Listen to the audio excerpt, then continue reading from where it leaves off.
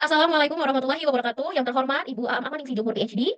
Pada kesempatan kali ini, izinkan kami, kelompok 9, memaparkan hasil proposal mini esai kami yang berjudul Analisis Peran Fasilitas Perpustakaan Kelana terhadap Minat Baca Masyarakat Kelurahan Rawamangun yang menggunakan pendekatan metode kualitatif.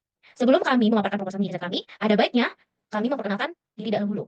Yang pertama, di sini ada Nur Anisya, kemudian saya sendiri, Kaila Mira Nindya, Salsabila Aprilia Putri, Talia Audrey Agustin, kemudian terakhir ada Cahya Zakia.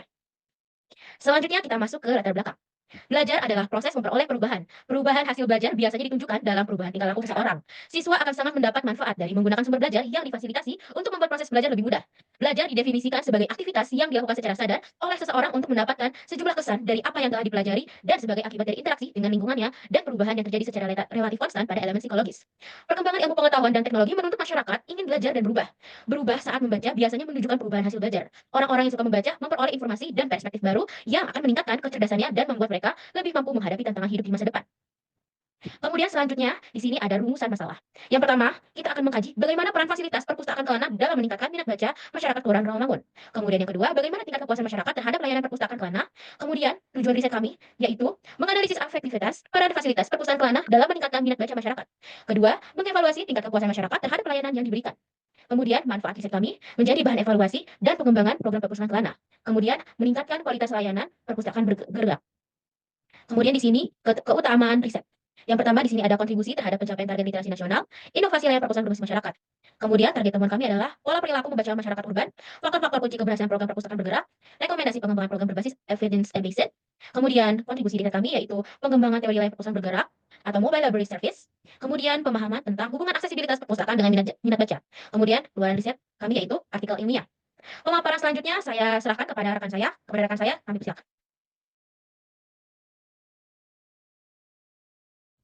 Terima kasih Kaila atas kesempatannya. Selanjutnya ini ada bab 2 tinjauan pustaka. Yang pertama 2.1 itu penelitian terdahulu. Studi sebelumnya menunjukkan bahwa fasilitas perpustakaan yang memadai, positif dan signifikan mempengaruhi kepuasan pengguna. Secara umum, fasilitas perpustakaan yang memadai dapat membantu pengunjung mendapatkan informasi dan meningkatkan minat baca mereka. Penelitian Irianto dan Marimin menemukan bahwa fasilitas yang memadai termasuk koleksi buku yang lengkap, ruang baca yang nyaman, akses ke teknologi, dan fasilitas pendukung lainnya. Ini menunjukkan betapa pentingnya keberadaan dan kualitas fasilitas perpustakaan untuk menarik minat pembaca. Ketika perpustakaan lengkap dan dikelola dengan baik, minat baca akan meningkat. Temuan Prastia dan Palupu Piningdia mendukung temuan penelitian ini yang menunjukkan bahwa perpustakaan memiliki fasilitas yang memadai berperan besar dalam menumbuhkan minat baca masyarakat. Faktor-faktor seperti kenyamanan, kebersihan, dan desain ruangan mempengaruhi keinginan orang untuk mengunjungi perpustakaan dan meningkatkan minat baca mereka dalam membaca.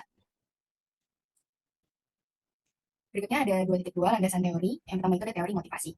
Robbins dan Judge tahun 2013 mendefinisikan motivasi sebagai proses yang menjelaskan intensitas, arah, dan ketekunan seseorang untuk mencapai tujuannya. Ketekunan, arah, dan intensitas adalah 3 kunci utama. Intensitas menunjukkan seberapa keras seseorang berusaha. Intensitas tinggi tidak akan membawa hasil yang diharapkan, digunakan untuk mencapai tujuan yang menguntungkan organisasi. Dengan kata lain, motivasi harus memiliki dimensi tujuan. Usaha keras untuk mencapai tujuan. Motivasi untuk organisasi harus dipertahankan. Pada akhirnya, motivasi memiliki dimensi kesabaran. Ini menunjukkan seberapa lama seseorang dapat mempertahankan komitmennya. Mereka yang termotivasi akan tetap mencapai tujuan mereka dengan tetap bekerja. Seseorang yang sangat termotivasi akan melakukan pekerjaan dengan penuh semangat dan sebaliknya. Jika seseorang tidak termotivasi untuk bekerja, tidak akan ada hasil. Baru yang mungkin dilakukan untuk mencapai tujuan perusahaan. Motivasi ini penting karena diharapkan bahwa setiap karyawan akan bekerja keras dan penuh semangat untuk mencapai tingkat produktivitas yang tinggi. Selanjutnya saya kembalikan ke moderator. Baik, kepada rekan selanjutnya, saya persilakan untuk membaca. Terima kasih moderator. Lalu saya akan melanjutkan. Yang B ini teori motivasi menurut para ahli. Beberapa ahli membuat teori motivasi berdasarkan pada kebutuhan dan kepuasan seseorang sehingga mereka ingin melakukan aktivitasnya. Teori ini mengacu pada diri seseorang. Teori ini berusaha untuk mengetahui apa yang dapat memuaskan dan mendorong seseorang untuk bekerja. Lalu ada teori Abraham Maslow. Menurut Komensky 2015, ada 5 kebutuhan utama yang mendorong seseorang untuk bertindak. Kebutuhan pertama adalah kebutuhan fisiologis yang mencakup kebutuhan fisik dan upaya untuk bertahan hidup, seperti makan, minum, dan lainnya. Kebutuhan kedua adalah kebutuhan rasa aman, yang berarti memiliki rasa aman dan keselamatan dari bahaya fisik dan emosional. Kebutuhan ketiga adalah kebutuhan sosial, yang berarti memiliki kebutuhan untuk hidup bersama orang lain, seperti kasih sayang, penerimaan, dan lainnya. Kemudian kebutuhan keempat adalah kebutuhan penghargaan, kebutuhan akan menghargai diri dan lingkungan. Ini termasuk faktor internal seperti otonom dan prestasi, dan faktor eksternal seperti pengakuan dan perhatian. Selanjutnya, kebutuhan kelima yaitu kebutuhan aktualisasi diri. Ini adalah tingkat kebutuhan paling tinggi karena seseorang akan bertindak berdasarkan keinginan dan kesadaran diri sendiri daripada dorongan orang lain. Salah satu teori motivasinya berhasil adalah teori hierarki kebutuhan Maslow yang menjelaskan bahwa ada 5 tingkat kebutuhan yang harus dipenuhi secara bertahap setelah melewati tingkat sebelumnya. Teori ini mendukung variabel motivasi motif material dengan mengatakan bahwa kebutuhan terdiri dari 2, yaitu kebutuhan primer dan kebutuhan sekunder. Setelah kebutuhan primer atau pokok dipenuhi, maka kebutuhan keinginannya atau sekunder akan muncul. Pemenuhan kebutuhan terjadi secara bertahap dari tingkat rendah atau fisiologis hingga tingkat atas atau akulturasi diri. Menurut kesimpulan teori Maslow dalam Zawson dan Mokhtar 2014, semakin banyak tantangan yang dihadapi, semakin banyak hasil yang akan diperoleh. Lalu yang C, tujuan dari teori motivasi. Teori motivasi Maslow bertujuan untuk menjelaskan bahwa kebutuhan manusia terdiri dari 5 tingkatan yang harus dipenuhi secara bertahap. Kebutuhan fisiologis, keamanan, cinta dan kasih sayang, penghargaan, dan akulturasi diri. Tujuan dari teori ini adalah untuk membantu memahami bagaimana kebutuhan dasar mempengaruhi perilaku dan motivasi individu. Oke, saya kembalikan ke moderator. Baik, terima kasih. Selanjutnya, bab 3 yaitu metode penelitian. Kepada rekan, saya persilakan untuk mengambil alih. Baik, terima kasih moderator. Bab 3 ini metode penelitian. Ada jenis penelitian. Kajian ini menggunakan pendekatan penelitian kualitatif. Penelitian kualitatif adalah metode yang tepat untuk mendapatkan pemahaman mendalam tentang fenomena yang diteliti, yaitu peran perpustakaan Kelana dalam meningkatkan minat masyarakat Kelurahan Rawamangun dalam literasi. Metode ini cocok untuk menggambarkan realitas sosial yang rumit dengan melihat interaksi dan pengalaman nyata masyarakat terkait literasi di lingkungan perpustakaan. Tujuan dari penelitian kualitatif ini adalah untuk memberikan penjelasan menyeluruh dan mendalam tentang peran perpustakaan Kelana sebagai penyedia layanan literasi serta tanggapan masyarakat terhadap layanan yang diberikan oleh perpustakaan. Dengan menggunakan metode ini, peneliti dapat mengeksplorasi dan memahami bagaimana perpustakaan memberikan kontribusi nyata terhadap minat masyarakat dalam literasi, termasuk faktor-faktor yang mempengaruhi keterlibatan masyarakat. Boleh di next. Di sini ada tahapan penelitian, yaitu ada persiapan. Jadi di sini melakukan studi literatur terkait peran perpustakaan dalam meningkatkan literasi masyarakat serta menyusun proposal penelitian. Lalu ada pengumpulan data, wawancara mendalam dilakukan dengan mengelola perpustakaan Kelana dan anggota masyarakat Kelurahan Lawang. Selanjutnya ada analisis data. Di sini melakukan analisis data yang telah diperoleh dengan metode deskriptif kualitatif untuk mendapatkan gambaran mendalam tentang pengaruh perpustakaan Kelana terhadap minat literasi masyarakat. Lalu ada kesimpulan penelitian. Hasil analisis data digunakan untuk membuat kesimpulan dan menyusun laporan penelitian.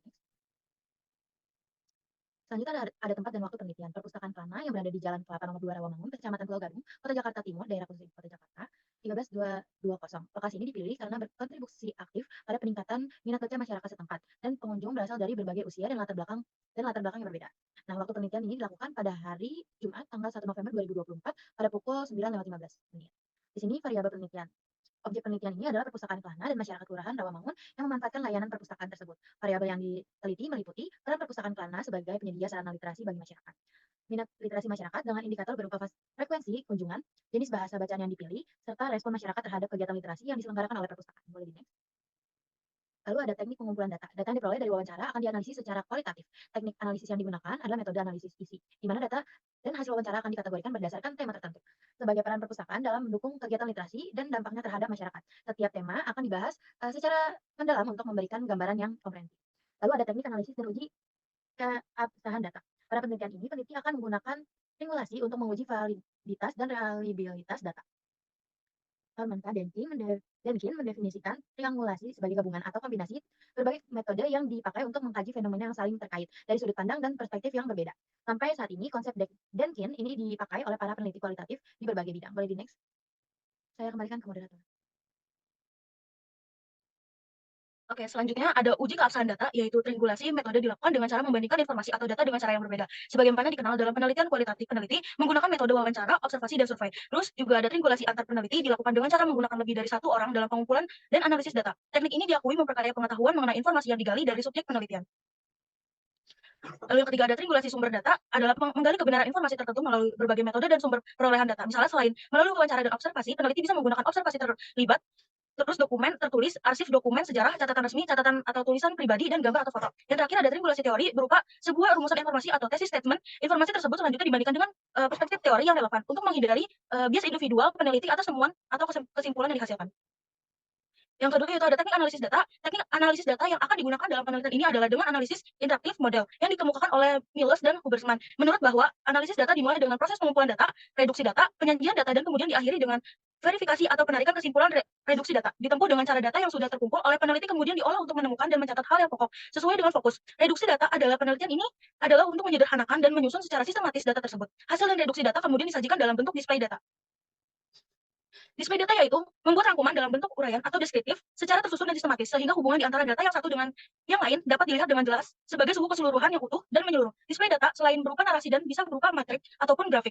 Verifikasi atau penarikan kesimpulan yaitu kegiatan terakhir dalam proses analisis data. Kesimpulan akhir dalam penelitian ini tidak terlepas dari besar kumpulan-kumpulan catatan lapangan, penyimpanan, metode pencarian ulang yang digunakan, dan kecakapan peneliti dalam menyimpulkan data-data yang telah terkumpul. Oleh karena itu, dalam penelitian ini verifikasi akan dilakukan dengan melihat kembali pada reduksi data yang di display data sehingga kesimpulan yang diperoleh tidak menyimpang dari data yang dianalisis. Saya kembalikan kepada moderator. Terima kasih. Terima kasih kepada rekan-rekan yang telah memaparkan hasil proposal mini riset kami.